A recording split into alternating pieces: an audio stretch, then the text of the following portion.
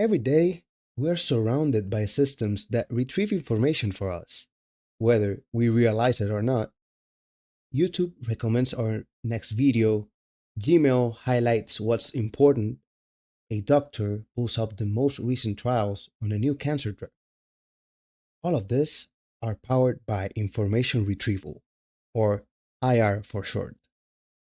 Systems that find the right data from massive collections. For decades, we've used clever math to make IR work. Models like TF-IDF, born in the 70s, or BM25, refined in the 90s, helped search engines rank and sort results. Later, learning to rank algorithms emerged, optimizing relevance using labeled training data. But as powerful as these were, they all struggle with understanding meaning. Then came large language models. Suddenly, search systems could understand, rewrite, and even imagine better versions of our questions. Yet, we hit a wall. These systems require tons of labeled data. They are expensive. They're slow to scale. What if we could do better by doing less? That's what this paper is about. Let's slow down a bit. What exactly is information retrieval? It is the task of returning the most relevant documents from a massive set, like millions of papers, emails, or product listings. You ask a question, the system digs through data and gives you answers. Simple in theory, hard in practice. It started with keyword-based methods. TF-IDF ranks words based on how unique they are. BM25 adjusts using document length. Learning to rank compares which documents people click more often. But these systems can't reason or rephrase. If your query is weird, they fail. This changed with LLMs, like GPT or Claude. Now, you can take a basic question and rewrite it with more context. This is called query augmentation. Imagine asking, does vitamin D help with asthma? An LLM could rewrite that as vitamin D or cholecalciferol and asthma and inflammation. A much better search. In 2022, a system called In Pairs used LLMs to auto-generate training data. Then came LEADS in 2025. Using large models like Mistral 7B, trained with distillation, where a big model teaches a smaller one. But these methods rely on supervision, big models, and lots of compute. That's where DeepRetrieval takes a bold turn. DeepRetrieval trains a model to rewrite queries without any labeled data. No human annotations, no expensive teachers, no instruction tuning. Instead, it learns through trial and error. If a rewritten query finds the right documents, it gets rewarded. If it fails, penalized. It is a reinforcement learning system, built to search smarter. Let's take a closer look at how DeepRetrieval actually works behind the scenes. It starts with a simple user query, like, does this medication help with asthma? Instead of sending that query directly to a search system, the model first pauses to think. Literally, it generates a reasoning section called think, where it reflects on the core components of the query. This might involve identifying key medical concepts, pulling out symptoms, conditions, treatments, and more. Then it writes an answer block, its final augmented version of the query, formatted in clean, machine-readable JSON. That structured query is now fed into a retrieval engine like PubMed or clinicaltrials.gov, which returns a set of documents. Here's the key. The model doesn't just move on after this. It actually checks how well it did. The system compares the documents it retrieved with the ground truth, documents we already know are relevant. It calculates a score called recall, the percentage of relevant documents that were successfully retrieved. That score is used as feedback. If it did well, the model gets rewarded. If not, it learns what not to do next time. This feedback loop continues across thousands of queries during training, allowing the model to improve its search strategy through experience. To understand how this works from a reinforcement learning perspective, let's break the process into three core concepts: state, action, and reward. The state is the original query, the user's input. The action is the rewritten or augmented query the model generates. The reward is the recall score. How many of the relevant documents were successfully retrieved? The model's job is to maximize the total reward over time, meaning it needs to generate better and better queries that pull in more relevant information. But there's more. It's not just about relevance. It's about format too. Queries must follow a specific structure, especially when querying medical databases. They need proper parentheses, Boolean operators like and or, and must be formatted in JSON.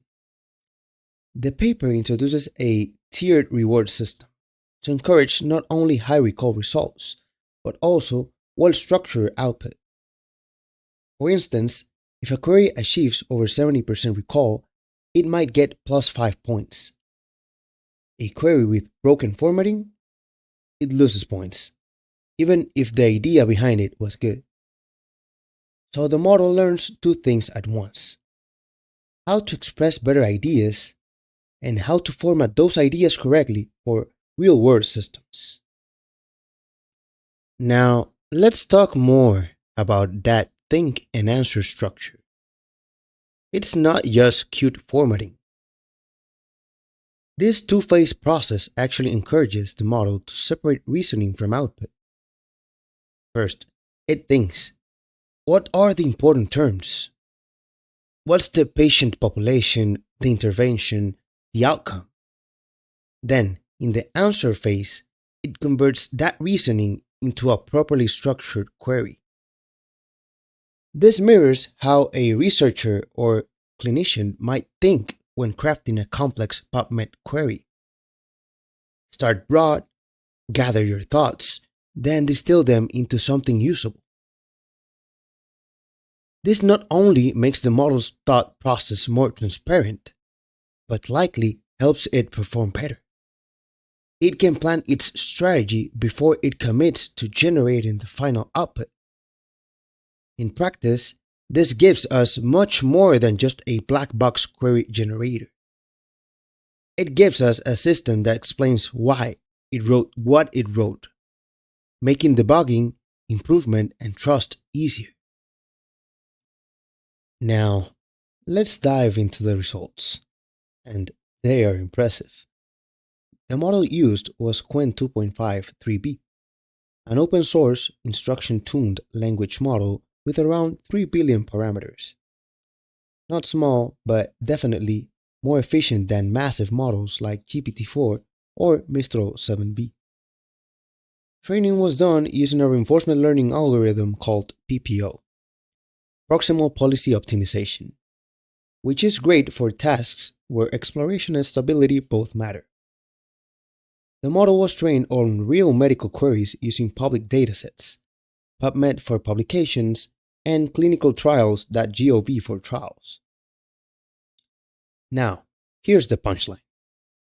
DeepRetrieval achieved 60.82% recall on PubMed tasks and 70.84% recall on clinical trial searches. To put that into perspective, LEADS, the best previous system using 7 billion parameter model, and distillation training only achieved 24.68% and 32.11% respectively. That's more than double the performance with no supervision data, and a smaller model. Even GPT-4o in various few-shot setups couldn't compete. DeepRetrieval's secret? It optimized directly for retrieval performance, not for mimicking a human or matching some annotated dataset. This is a strong case that reinforcement learning can deliver not just better performance, but cheaper, more scalable performance. So, why does this method work so well? The authors point to a few key factors. Direct optimization. Rather than guessing what a good query looks like, the model is evaluated on whether it's actually finding relevant information. That's a huge shift. Exploration. The reinforcement learning setup lets the model explore different query strategies. It can try out ideas that weren't present in the training data and keep the ones that work. Adaptability. The model tailors its query style based on the query topics. No one-size-fits-all rules. Structured thinking. By separating the reasoning and the output phases, it avoids sloppy answers and instead builds its response step by step. These ideas combine to create something new. A language model that doesn't just generate text, but actively learns to generate better search queries over time through experience.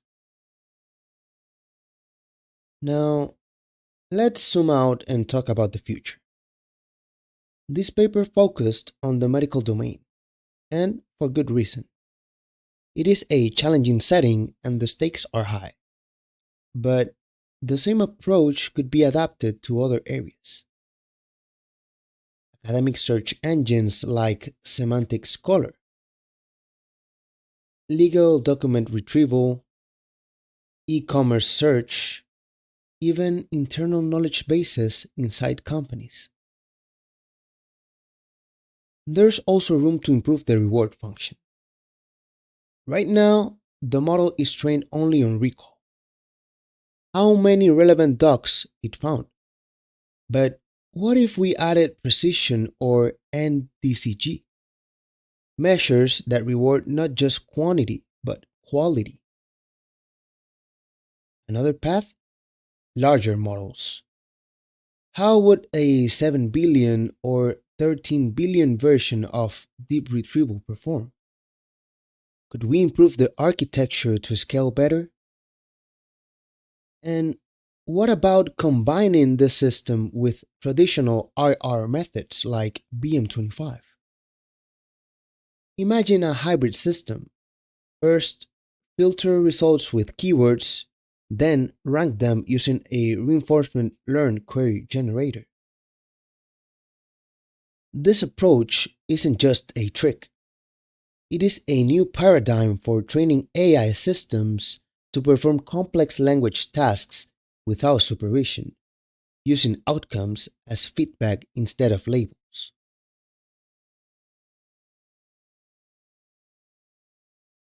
In the end, Deep Retrieval isn't just a new tool, it is a new mindset. It shows us that we don't always need massive datasets or human craft examples to make models better. Sometimes we just need a goal and a feedback loop. Deep Retrieval learns like we do. Try something, see what works, get better. That's not just efficient, it is human.